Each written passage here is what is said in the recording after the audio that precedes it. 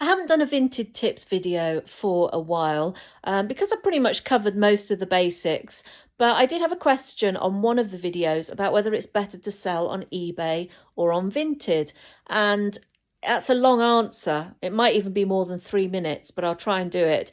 And I couldn't TikTok limits your characters when you write a reply. So I couldn't reply in full to that.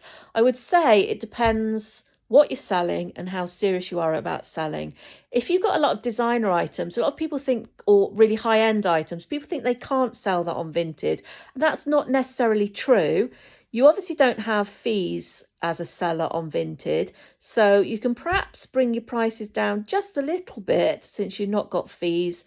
But stick to your guns. If you want to sell it and you're only listing it on Vinted and you want a set price for it, stick to your guns and get that price. You hopefully will eventually sell it. But think about listing it on eBay.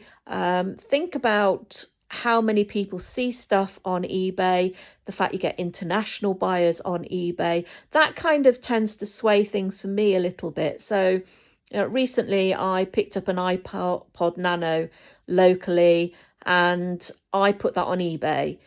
Yes, my fees are going to be higher, but I know that more people are likely to see it and likely be prepared to pay a certain amount of money for it on eBay.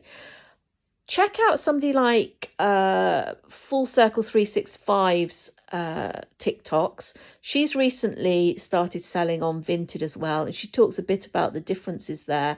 I think there's nothing to sell you selling designer on Vinted or high end. Don't think it is just a cut price app.